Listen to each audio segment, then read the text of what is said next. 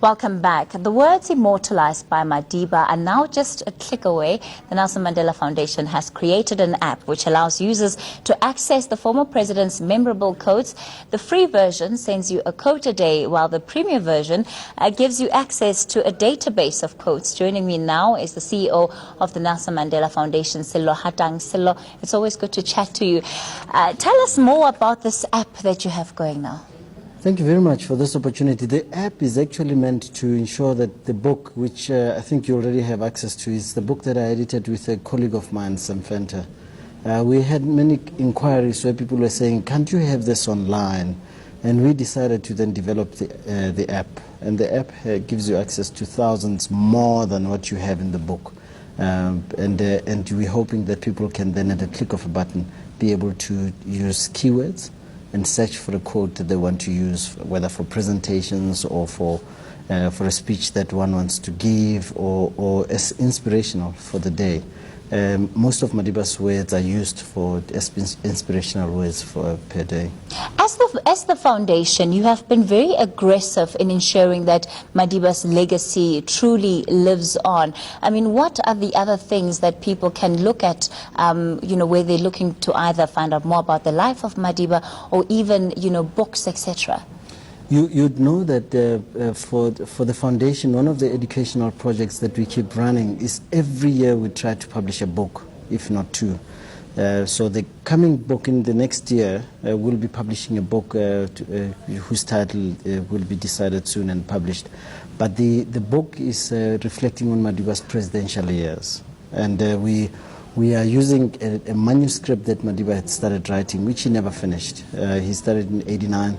And finished by about 2002 without having finished the product. So we are now in the process of writing that.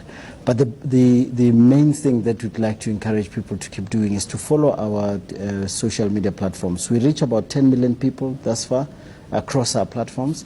And it's through those platforms that one can follow the legacy of Madiba and see how you can also help perpetuate it.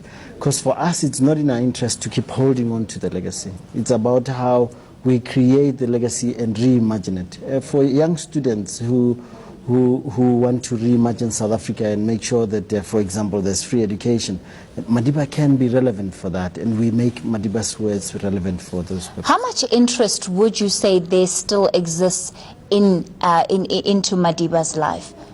You know, the interesting thing is in 2013, when Madiba passed on, we thought that there'd be a decline in terms of people who would follow our social media platforms, but we've actually seen growth. By the end of 2014, last year, we were reaching about 7 million people.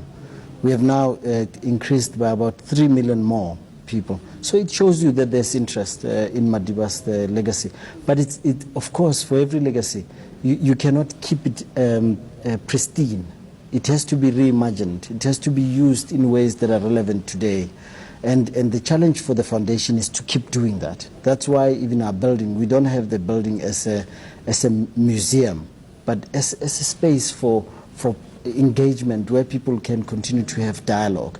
We recently hosted a dialogue on the issue of racism and discrimination in general, and we keep saying to people, you need to reimagine the legacy and rebuild it for yourself. Do you feel that there's been enough access created into Madiba's life outside of the various means that exist, like buying books, etc., for people who perhaps want to know but don't necessarily have the kind of money that is required to also be able to buy books or buy these premium applications that you now have? How are you creating access? You know, one of the things that we've been working hard on is to ensure that we never have products that are sold when people just want to have free access. You'd remember that through our Twitter feed, for example, which is free, you have access to Madiba's words still. And through this app, that's why we have the light version, where you can just go in there and get a quote as and when you need it. But then with the premium version, we do have to ensure that the book is not undercut, because for educational purposes, you do have some products that you then have to have accessible. But in our building, one of the exciting things that we're doing is we're going to have a virtual access to the building. You know, the exhibition that's currently there, you can just, at the click of a button, go into the foundation and see the exhibition and be taken through what you're looking at. So we will be launching that pretty soon, and we hope that people will just have access to that free of charge. And it's something that we keep building on. And we're working with the Department of Gauteng Education, for example, to ensure that some of these things are available to students for free of charge also. All right, certainly good news to hear that. Sello Hatang, he's the CEO of the Nelson Mandela Foundation.